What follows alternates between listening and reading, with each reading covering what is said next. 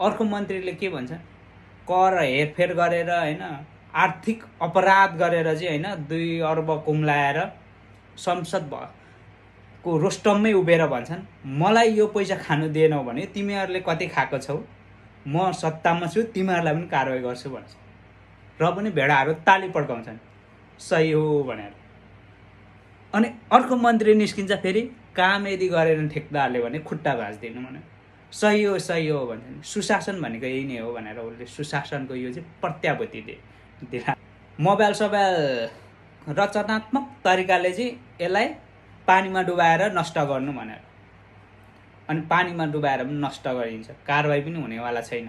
टेम्पोलाई भिरबाट गुल्टुङ लडाइन्छ, गरिब जनताको त्यसलाई पनि मतलब छैन हैन। रमाइलो मानेर भेडाहरूलाई भ्या गरिरहेको हुन्छन् हैन, त्यहाँ रमाइलोमा उता घरमाथि ढुङ्गा हान्छन्। वाउ,